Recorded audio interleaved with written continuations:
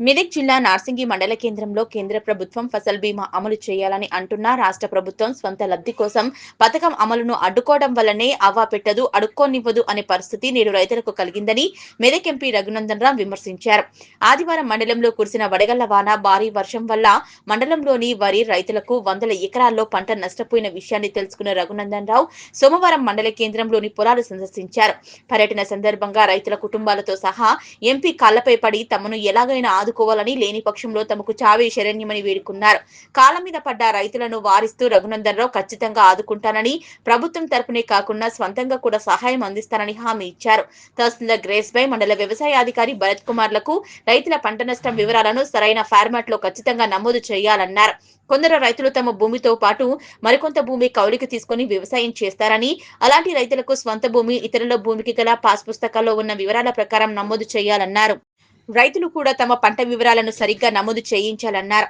రాష్ట్ర ప్రభుత్వం ఫసల్ బీమా అమలు చేసి ఉంటే నామమాత్రంగానే అందే 5-10 వేలు కాకుండా పూర్తి నష్టపరిహారం అందేదని, ఇప్పటికైనా రాష్ట్ర ప్రభుత్వం మేలుకొని రైతుల మేలు కోసం ఫసల్ బీమా అమలు చేయాలని ఎంపీ రఘునందన్ రావు డిమాండ్ చేశారు. ఈ కార్యక్రమంలో జిల్లా కిసాన్ మోర్చా ఉపాధ్యక్షులు లింగారెడ్డి, బీజేపీ మండల అధ్యక్షులు షీర్న చంద్రశేఖర్, పట్టణ అధ్యక్షులు మైలారం నర్సింలు, నర్సంపల్లి గ్రామ అధ్యక్షులు అశోక్, మండల కిసాన్ మోర్చా అధ్యక్షులు హరిబాబు, మాజీ జిల్లా ఉపాధ్యక్షులు సత్యపాల్ రెడ్డి, మండల బూత్ అధ్యక్షులు, వివిధ మోర్చాల నాయకులు, మైనార్టీల నాయకులు, కార్యకర్తలు పాల్గొన్నారు.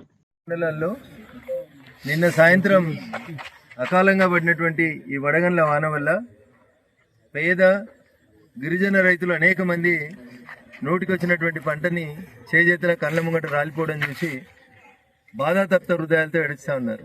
వడగండ్లు రైతులకి కన్నీళ్లను మిగిల్చినవి తప్ప ఇంకొకటి మిగిల్చలేదు. దురదృష్టం, మన రాష్ట్ర ప్రభుత్వం, భారత ప్రభుత్వం ఫసల్ బీమా పథకాన్ని ఇచ్చిన సందర్భంగా రకరకాల రాజకీయ కారణాల చేత ఫసల్ బీమా పథకాన్ని అమలు చేయకపోవడం వల్ల దాదాపు ఈరోజు ఒక్కొక్క రైతు వ్యవసాయం మీద పెట్టిన ఖర్చు సుమారు 25 నుంచి 30 వేల రూపాయలు ఒక ఎకరం సాగుబడి కోసం పెట్టినటువంటి ఖర్చు. రేపు ప్రభుత్వం ఏదో కంటి తుడుపుగా 5,000, 10,000 ఇస్తే 10 ఎకరాల్లో సాగు చేసినటువంటి రైతులకి కన్నీరు తప్ప ఇంకొకటి మిగులుతలేదు. అవ్వ పెట్టది అడక తినని ఏది. రాష్ట్ర ప్రభుత్వం ఇన్సూరెన్స్ ఏది, కేంద్ర ప్రభుత్వం ఇచ్చినటువంటి ఫసల్ బీమా పథకాన్ని కూడా అమలు చేయకపోవడం వల్ల ఇట్లాంటి పేద రైతులకు సంబంధించినటువంటి సమస్యల్ని రాష్ట్ర ప్రభుత్వం ఎట్లా తీరుస్తుంది అనేది ఒకసారి ఆలోచించుకోవాలి.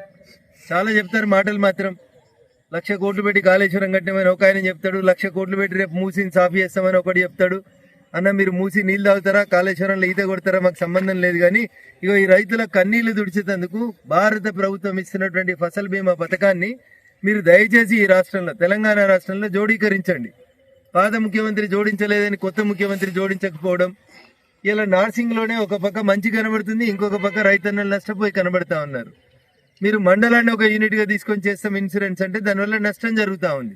అదే ఫసల్ బీమా పథకం ఒకవేళ ఈ రాష్ట్రంలో అమలు అయ్యి ఉంటే ఈరోజు నష్టపోయినటువంటి ఈ రైతన్నలు, ఈ చిన్నారి పిల్లలు, వాళ్ళ అమ్మ ఏడుస్తుంది కాబట్టి ఆ పిల్లోడు ఏడుస్తూ ఉన్నాడు. నిన్నటి దాకా నోటి దాకా వచ్చింది అనుకున్నటువంటి ఆ రైతుకి పంట ఈరోజు చేజారిపోవడం అనేది దురదృష్టకరమైనటువంటి విషయం. కాబట్టి చంద్రశేఖరరావు గారు, రేవంత్ రెడ్డి గారు రాజకీయాలు పక్కన పెట్టి నా మెదక్ పార్లమెంట్ పరిధిలో నిన్న సాయంత్రం అకాలంగా కురిసినటువంటి వడగళ్ల వానతో నష్టపోయినటువంటి రైతన్నలకి ఎకరాకి 50,000 రూపాయల నష్టపరిహారాన్ని వెంటనే ప్రకటించి నెల రోజుల్లోపు రైతులకు అందిస్తే వాళ్ళు మళ్ళీ వర్షాకాలంలో వ్యవసాయం చేసుకోవడానికి అవకాశం ఉంటుంది. లేని పక్షంలో ఎద్దేడిచిన వ్యవసాయం, రైతేడిచిన రాజ్యం బాగుపడదని, ఈ రైతన్నల ఉసురు దాకి ఈ రాష్ట్ర ప్రభుత్వం కూలిపోక తప్పదని ఈ సందర్భంగా హెచ్చరిస్తా ఉన్నాను.